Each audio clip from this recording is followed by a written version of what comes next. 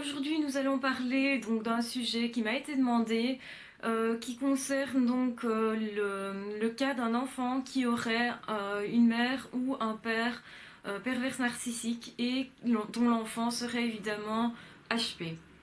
Alors, déjà, je vais expliquer comment cette situation est possible. En fait, c'est plutôt très possible puisque, on le sait, les pervers narcissiques sont évidemment attirés par les HP, donc les zèbres, les surdoués.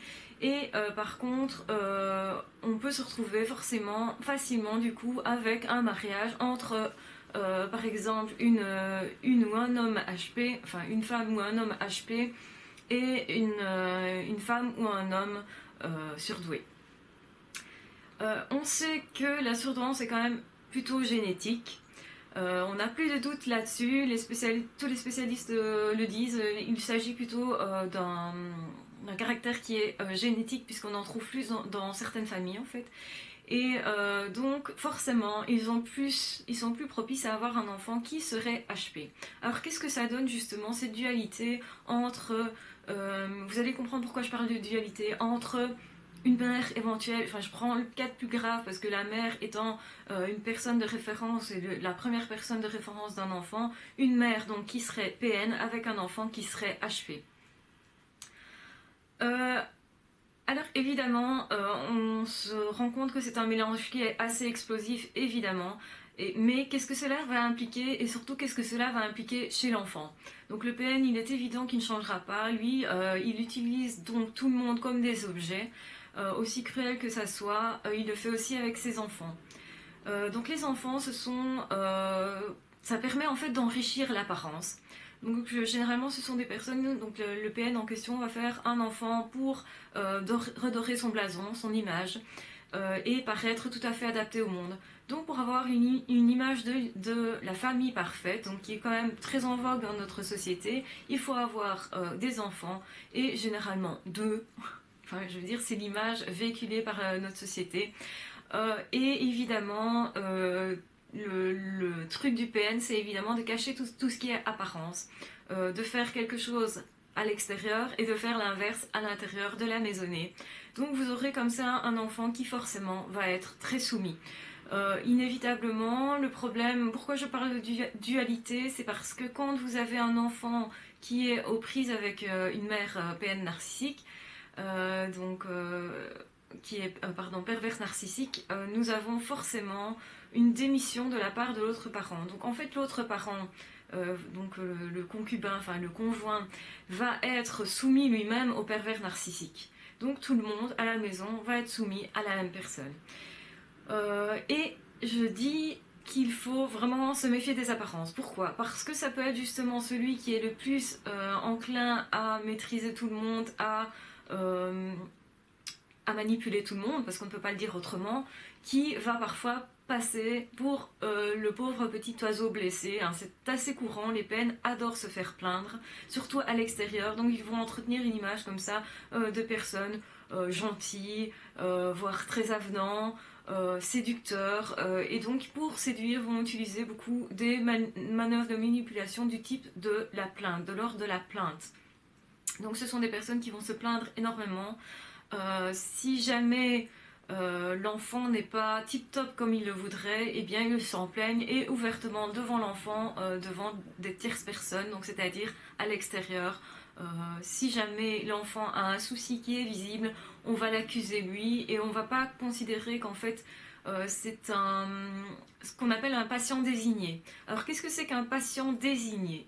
Donc c'est celui qui est censé avoir la pathologie. Et souvent l'enfant va prendre à son compte la pathologie, puisqu'effectivement chez lui il n'a pas un foyer sécurisant, il n'a pas non plus de guide, puisque le parent en question ne peut pas le guider, puisqu'il est perdu intérieurement, il n'a pas de chaleur affective.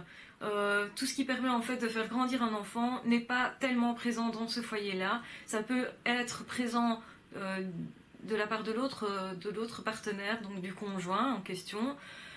Mais il faut bien penser que quand le PN est à la maison, ben forcément cette affection est manquante et froide. Donc on va voir des enfants comme ça qui vont se développer seuls, qui vont grandir seuls. qui vont avoir toute une série de questionnements sans avoir vraiment de réponse, puisque souvent ce sont des enfants qui sont très taiseux, donc ils vont masquer la maladie de leurs parents, parce qu'en plus ils ont une certaine... ils ont aussi un peu... comment dire enfin, ils ne comprennent pas au début en tout cas que c'est pas normal de fonctionner comme ça. Donc au départ, ce qu'ils vont faire, c'est ils vont pas faire de vagues. Ils vont se renfermer eux-mêmes. Leur souffrance ne va pas nécessairement être visible de l'extérieur. On va parfois les trouver froids, bizarres, renfermés, taiseux. On va les considérer comme des enfants modèles qui ne bougent pas, qui ne jouent pas parfois aussi. Parce que justement ça a été un peu interdit ou mis sous scellé par le PN. Donc autrement dit, chaque fois que l'enfant va ressentir une joie quelconque, etc., le PN va se manifester pour essayer de lui enlever cette joie. Donc c'est un parcours de vie qui est assez particulier, puisque l'enfant va quand même connaître pas mal de souffrances, mais de souffrances qui va être intériorisée.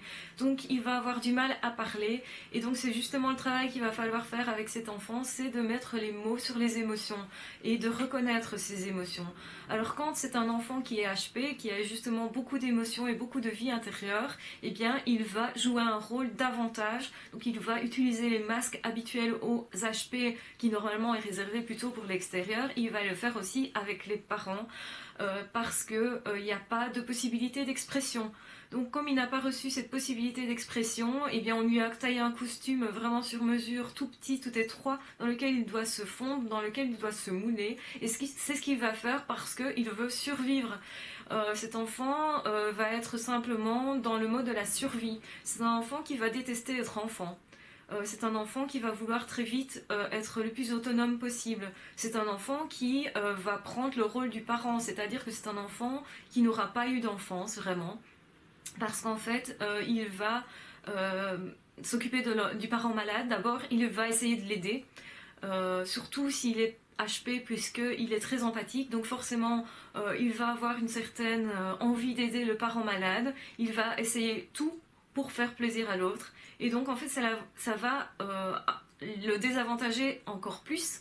C'est un enfant qui va être extrêmement seul parce que c'est un petit peu difficile d'inviter quelqu'un à la maison quand on sait que le parent ne réagit pas correctement. Donc forcément c'est un enfant qui va refuser d'avoir des amitiés, ou qui va les avoir uniquement à l'extérieur. C'est un enfant qui va être d'ailleurs très tourné vers l'extérieur parce qu'il sent qu'il ne peut s'exprimer qu'à l'extérieur quand ça se passe bien à l'extérieur. Donc si en plus il a des problèmes à l'école, il va pas en parler. Il va garder ça pour lui parce que il a l'habitude déjà de toute une série de problèmes à la maison. Donc généralement il va arriver quand même à survivre dans cette situation-là parce que il connaît déjà pas mal des situations de survie. Donc c'est un enfant qui n'est pas un enfant en fait. C'est un enfant qui est déjà adulte, qui est déjà qui en fait le parent, le PN a inversé le rôle de parent-enfant. Donc au lieu que ça soit le parent qui s'occupe de l'enfant, c'est un petit peu plutôt l'inverse. Quand le PN s'occupe de l'enfant, c'est plutôt pour le cadrer, pour le punir, pour l'empêcher d'être bien en fait.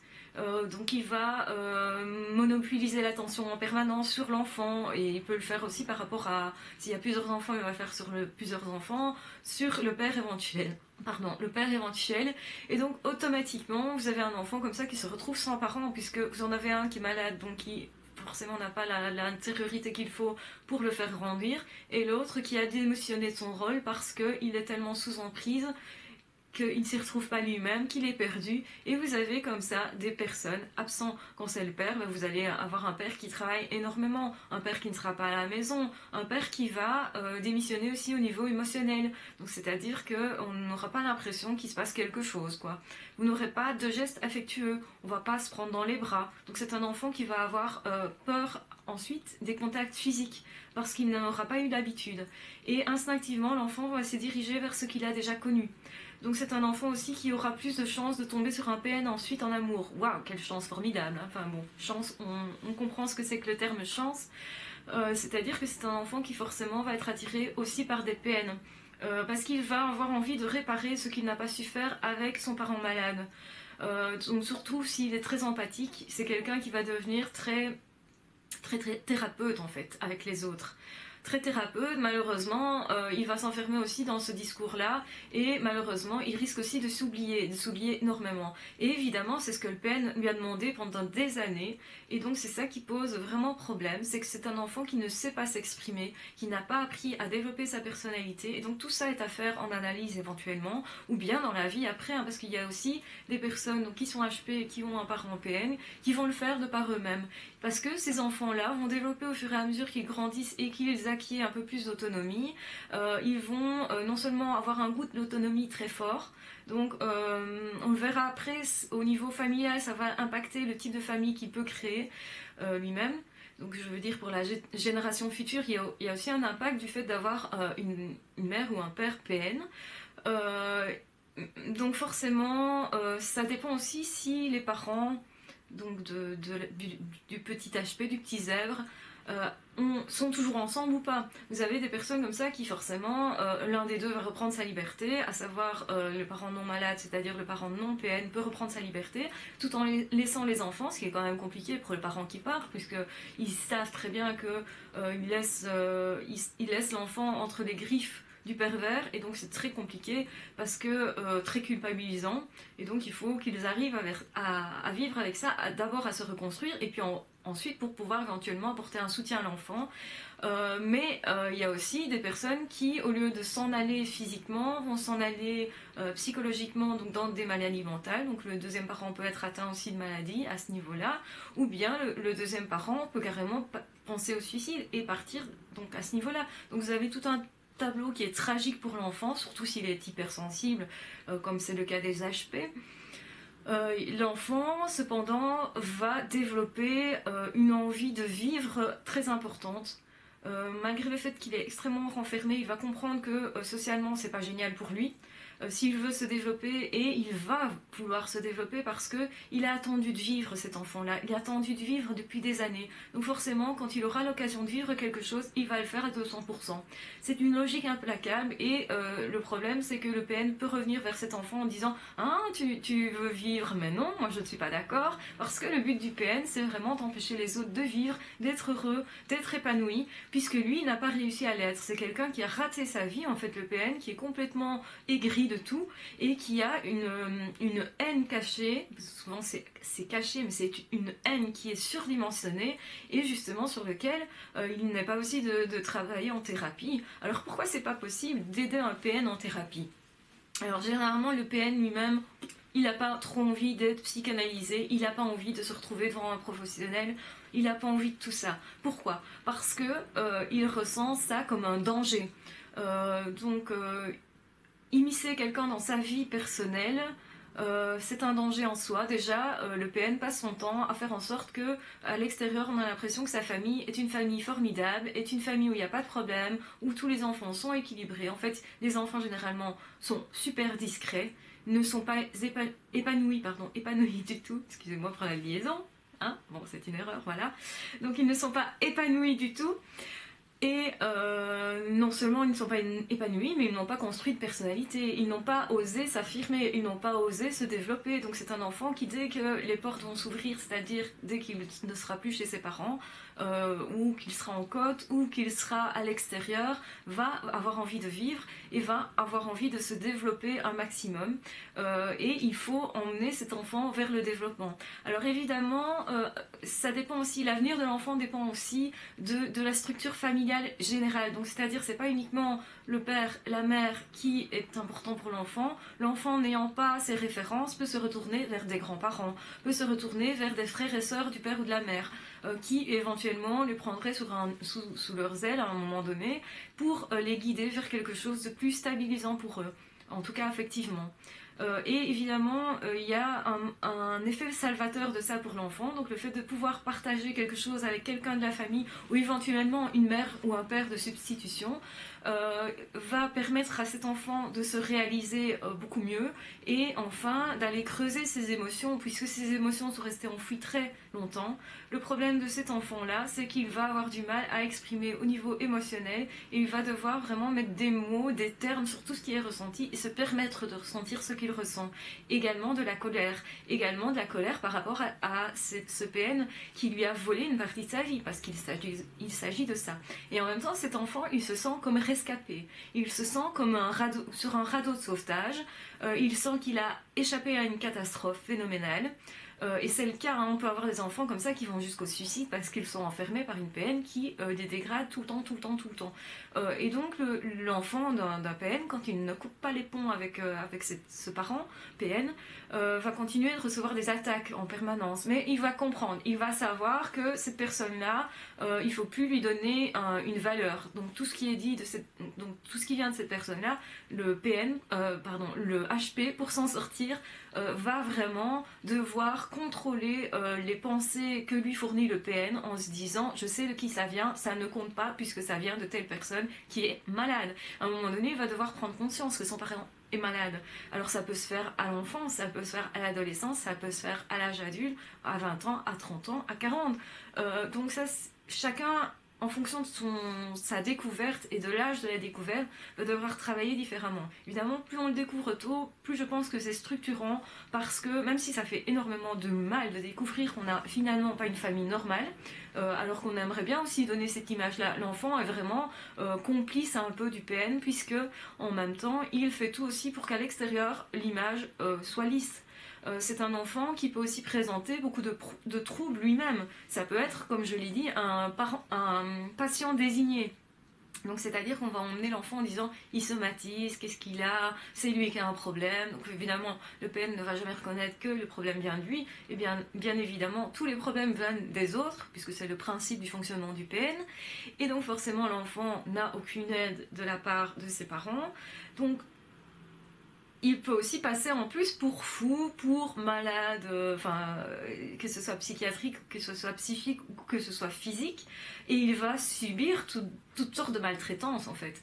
Toutes sortes de maltraitances parce que on va dire devant lui « Ah, c'est un enfant difficile », alors qu'en fait il fait tout pour être super facile. Ou on va dire devant lui qu'il ne réussissait pas bien à l'école. S'il ne réussit pas bien à l'école, c'est parce qu'il a tellement de choses à maîtriser au niveau de sa vie familiale que forcément cet enfant, même s'il est HP, c'est pas le genre d'enfant qui va briller à l'école. Il va essayer de tamiser les choses, de ne pas trop se montrer, d'être effacé là aussi. C'est un enfant qui va être extrêmement effacé, qui va avoir du mal vraiment en tant qu'adulte à prendre une place. Donc c'est vraiment ça qu'il faut viser. Prenez votre place. Si vous avez eu un parent PN, prenez votre place. Et c'est une belle revanche. C'est une belle revanche de montrer au PN que vous, dans la vie, vous en sortez. Que vous, dans la vie, de toute façon, vous aurez plus de bonheur que le PN. Et ça, c'est inévitable. C'est inévitable parce que vous avez une richesse interne.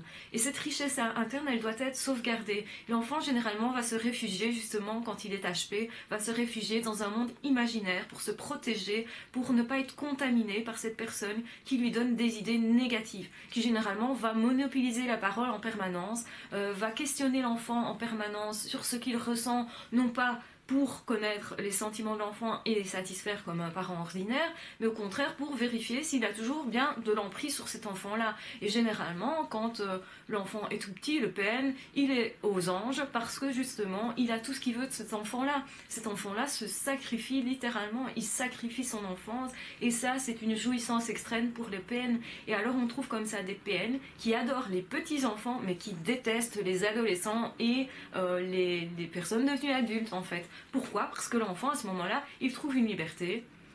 Physiquement, déjà, il n'a plus peur d'être agressé physiquement, il sait se défendre un peu plus, que ce soit fille-garçon, ça ne change pas énormément. Il peut aussi avoir une indépendance financière, donc ce sont des enfants qui peuvent se mettre très vite en couple avec des gens comme ça, même parfois qui sont très mal choisis. Ça peut être un autre PN, hein, mais ils vont essayer d'échapper à cette situation. Donc ils vont chercher toutes les portes possibles pour échapper à cette situation. Ce sont aussi des enfants qui vont être extrêmement thérapeutes avec ce parent-là. Ils peuvent passer des années à essayer de guérir ce parent. Et ils vont se dire, mais quand je serai grand, j'aurai plus de moyens, et donc je vais y arriver. Et puis un jour, forcément, ils vont se rendre compte que c'est pas possible. Et donc, qu'est-ce qui va se passer? Eh bien, fatalement, cet enfant-là va être déçu, et il se sent impuissant, inutile. Donc, il peut aussi aggraver son manque de confiance en lui, qui est déjà important généralement quand il a été en contact avec un PN, puisque le PN ne le valorise pas, au contraire, il le dévalorise en permanence. Tout en faisant mine de rien, mais non, je t'aime, mais enfin, t'aurais pas dû faire ça, quoi. Donc voilà, c'est tais-toi, t'es trop petit, tu peux pas savoir. Tu parleras quand tu seras plus vieux que moi. Forcément ça arrive jamais puisque le PN est forcément plus vieux, ou bien enfin voilà, toi tu ne sais pas de quoi tu parles. Alors ça va être par exemple des enfants qui quand ils vont réussir à l'école, oui bon c'était facile quoi, c'est normal, t'as réussi, ça c'était facile. Donc ils vont jamais avoir une reconnaissance de ses parents, et en fait l'enfant doit laisser tomber la reconnaissance, l'espoir d'avoir cette reconnaissance, cet amour, parce que cet enfant espère tout à un moment donné, espère recevoir de l'attention, de l'affection, de l'amour, comme ça devrait être normalement le cas. Une fois qu'il réalise que ce n'est pas normal cette situation-là, il espère que ça va changer, il espère qu'il va guérir ce parent, et donc il va devenir lui-même parent de son parent, et donc à un moment donné, quand cet enfant va devenir adulte, il va adorer tout ce qui est très autonomie. C'est quelqu'un qui va être très solitaire, de par le fait que déjà de son enfance il a été très isolé, de par ce PN qu'il a gardé rien que pour lui, comme un objet, hein, vraiment. Et il va avoir un dysfonctionnement au niveau de la relation parent-enfant. Il va devoir aller chercher une référence à l'extérieur. Si lui-même il veut créer une famille, c'est forcément plus compliqué. C'est plus compliqué si lui-même veut avoir des enfants, parce que non seulement il fournit aux parents PN, enfin, s'il est toujours en vie et s'il est toujours en contact avec, il fournit une nouvelle victime. Donc du coup, il n'a pas envie d'être parent à cause de ça. Il protège l'enfant qui n'existe pas encore, mais il le protège parce qu'il sait tout ce que ça représente, tout ce qu'il a vécu. Il n'a pas envie de donner une victime, parce qu'un enfant est tellement impuissant, ne sait pas se protéger tellement. Et forcément, si vous avez les grands-parents qui dysfonctionnent, eh bien c'est compliqué de créer une famille. Évidemment, si vos parents ont été des personnes très structurantes, vous avez plus de chances de créer une famille harmonieuse et de ne pas avoir de frein à ça. Une personne qui par contre a eu des parents PN s'en rend compte, enfin un parent PN et l'autre a démissionné, et voilà, se rend compte de la situation, il va forcément moins facilement créer une famille. Pourquoi? Pour ne pas donner ce qu'il a vécu lui, qui est complètement aberrant. Et en plus, il y a autre chose qui joue. Il y a le fait qu'il vient seulement d'acquérir une certaine liberté. Donc forcément, il commence seulement à en profiter. Donc forcément, il n'a pas nécessairement envie de redevenir parent de quelqu'un, puisqu'il a été toute sa vie de son parent. Donc forcément, c'est une personne qui risque moins d'avoir des enfants. Ou plus tard, en tout cas. Ou que quand il aura coupé les ponts tout à fait avec ce parent, ou bien quand le parent sera décédé. On voit des enfants comme ça qui espèrent que ce parent décède parce que ça serait une libération, une respiration. C'est vraiment comme si on ouvrait une cage, quoi. Et donc, effectivement, ça reste un tabou social immense de dire mais c'est pas possible qu'un enfant pense ça. Ça reste un tabou social immense aussi de dire que on a eu un enfant qui était malade au niveau psychologique, psychiatrique même, hein. Là, je pense, c'est même pas quand vous avez un parent qui est détecté, eh bien au moins vous avez la satisfaction qu'il soit détecté. Un PN n'est pas détecté. Un PN ne passe jamais en analyse. Quand il passe en analyse, de toute façon, ça ne fonctionne pas, il ne s'engage pas dans l'analyse. Donc ça ne sert strictement à rien de dire, tiens, il y a un dysfonctionnement au niveau relationnel, comme il pourrait y avoir un dysfonctionnement dans d'autres familles pour une autre raison. Quand il y a un dysfonctionnement relationnel, mère-fille, père-fils, etc., donc entre enfants et parents, on peut les prendre en thérapie et faire ce qu'on appelle une thérapie familiale. Donc où chacun est reçu donc d'abord séparément par le psychologue ou par le psychiatre, et une équipe va gérer et faire des entretiens. Enfin généralement il y a soit plusieurs psys, soit un psychiatre, un psychologue, etc. Et chacun a eu l'occasion de s'exprimer séparément, et puis on met les versions des deux en contact de façon à satisfaire chacun et pour que l'un et l'autre puissent s'entendre. C'est plus une médiation, mais même la médiation, elle n'est pas possible avec un PN, parce que le PN, lui, de toute façon, il est dans les apparences. Il va dire, oui, aidez mon enfant, il est malade. Oui, sauf qu'il ne laisse pas l'occasion de le faire. Parce que de l'autre côté, c'est, oui, mais ne l'aidez pas, parce que moi, j'ai pas envie que je perde mon pouvoir sur lui. Or, pour aider cet enfant, il faut enlever ce pouvoir-là, inévitablement. Alors, inévitablement, l'enfant, en grandissant, il va l'enlever, ce pouvoir-là. Il s'en rend compte et donc il va se réfugier dans plein de choses pour ne pas être trop contaminé par ses parents, et forcément, il le sera. Il y a des impacts psychologiques très forts au niveau de la vie du jeune enfant. Maintenant, ensuite, forcément, ce sont des personnes qui ont une envie de vivre tellement extraordinaire que la plupart s'en sortent quand même relativement bien, surtout quand ils sont HP, on l'a vu, hein. Les HP ont une capacité de résilience qui est énorme et qui sera vraiment très très bienvenue dans cette situation. Et je pense que il faut vraiment créer des thérapies parce qu'il n'existe pas de thérapie. En fait, quand un enfant est malade, on va dire aux parents, oh si vous voulez, venez en thérapie, on va vous soutenir. On ne dit jamais à un enfant, ton parent est malade, viens en thérapie, on va te soutenir. Non, il n'y a pas de stratégie à ce niveau-là. Et je pense que l'enfant reste vraiment enfermé dans sa douleur. Il est avec sa solitude qui est immense. Et c'est ça le problème, c'est qu'à un moment donné, il faut sortir cet enfant de sa solitude. Évidemment, le plus tôt serait le mieux. Alors, pour sortir de cette solitude, soit il y a quelqu'un dans l'entourage, dans la famille proche qui va se rendre compte qu'il y a un dysfonctionnement, ça peut être les grands-parents, ça peut être un frère, sœur, un oncle, une tante, une personne qui est dans l'entourage. Et évidemment, quand il y a deux enfants qui subissent le parent malade, c'est peut-être plus facile parce qu'alors ils vont s'allier l'un avec l'autre, donc deux contre deux. Généralement, il y a au moins deux enfants, donc deux contre deux. C'est quand même beaucoup plus salvateur. Et donc voilà, c'est compliqué en tout cas parce que l'enfant se sent orphelin et donc il va devoir se rattacher à quelque chose qui pour lui est vital. Et donc j'espère qu'il va trouver quelque chose qui lui permette de faire office de parent de substitution. Quand je dis quelque chose, c'est plutôt quelqu'un. Ça peut être aussi des passions, ça peut être d'autres choses. Parce qu'il va comprendre qu'il ne veut pas devenir comme ce parent. Il va généralement se poser énormément de questions. Il ne veut pas devenir comme ce parent-là. Il va toujours avoir peur de devenir comme ce parent-là. Et parfois, c'est pour ça qu'il ne veut pas être parent tout court, pour ne pas reproduire ça. Alors qu'il n'a pas beaucoup de chance de le reproduire. À partir du moment où c'est détecté, où c'est analysé, etc., il ne va pas reproduire ça. Généralement, il va au contraire faire en sorte que ses relations sociales soient de très bonne qualité. Il va mettre un point d'honneur justement à vivre pleinement sa vie. Et à se développer tout à fait au niveau de l'autonomie, donc se permettre d'être vraiment lui-même. Et c'est un petit peu pour ça qu'il faut travailler énormément sur la confiance en soi. L'estime de soi est très très importante, et vraiment le développement au niveau relationnel. Qu'est-ce que je ressens? Est-ce que j'ai raison de ressentir ça? Oui. Et le fait de, par exemple, on voit des enfants comme ça qui ont vécu, donc qui ont été privés de leur enfance de cette manière, et qui à l'âge adulte vont avoir des comportements plus infantiles justement, c'est-à-dire se dire ah ben je vais faire la fête, aujourd'hui je vais faire la fête, et les jours vont devenir une fête peut-être tous les jours, ça va être la fête tous les jours je veux dire, parce que justement ils vont compenser. Et c'est pas plus mal parce qu'ils vont acquérir une qualité de vie qui est exceptionnelle. Et de toute façon, ces enfants-là vont avoir un besoin d'indépendance qui sera tellement important qu'ils vont se donner les moyens en fait de réaliser le rêve, peut-être plus que d'autres.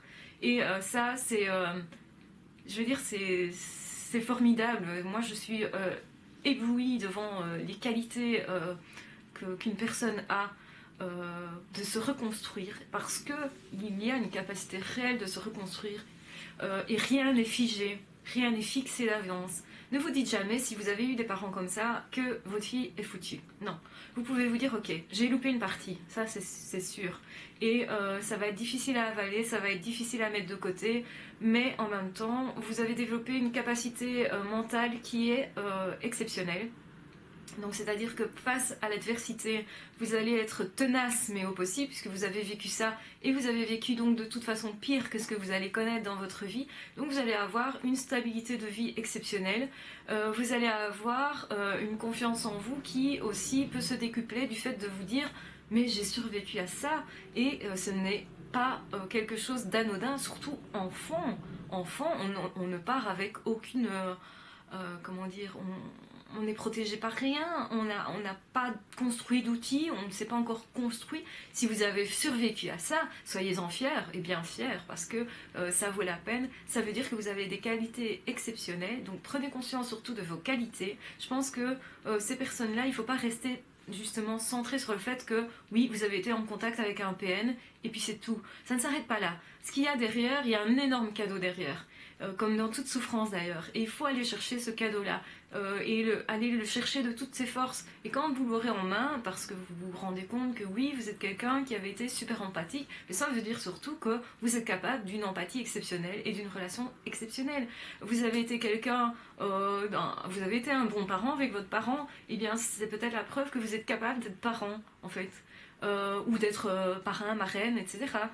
Si vous en doutiez, parce qu'évidemment ce sont des personnes qui doutent d'eux-mêmes, eh bien prenez tout ça, prenez le contre-pied de tout en fait. Comprenez que tout ce que le PN a voulu vous interdire, c'est justement là-dedans que vous devez aller, parce que c'est là que vous êtes, et c'est là que ça vous apporte le bien-être. Et donc en fait ça va servir de détecteur.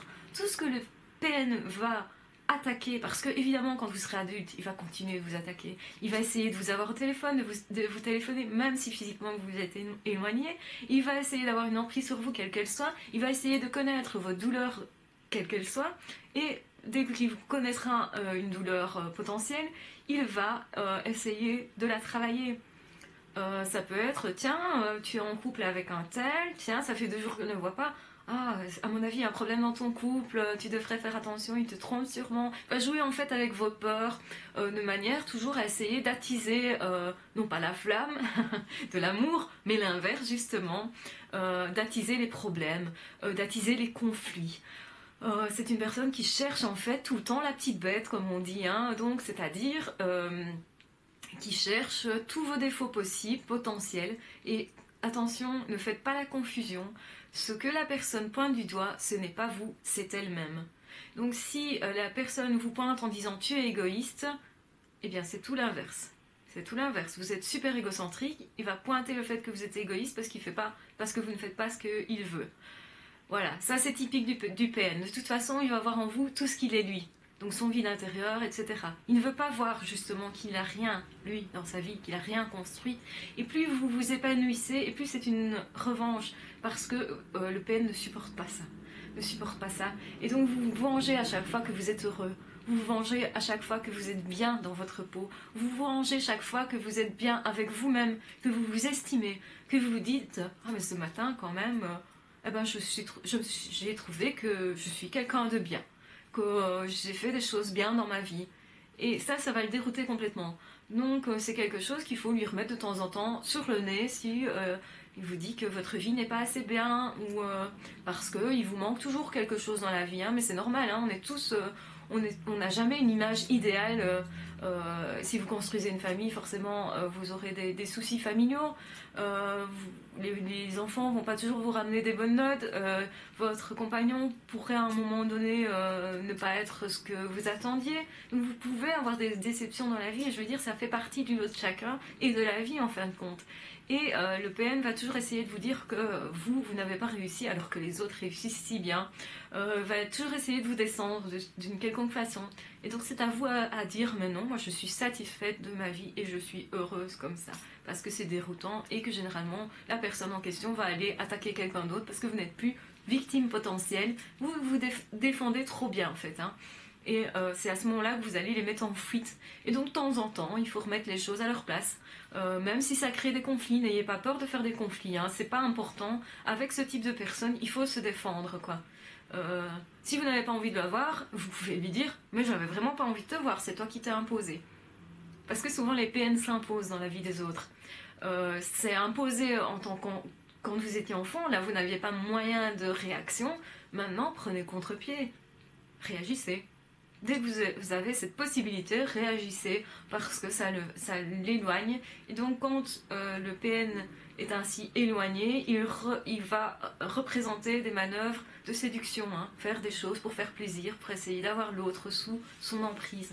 Donc c'est plus agréable forcément pour la victime d'avoir, enfin victime qui ne l'est plus, hein, d'avoir cette manœuvre de séduction.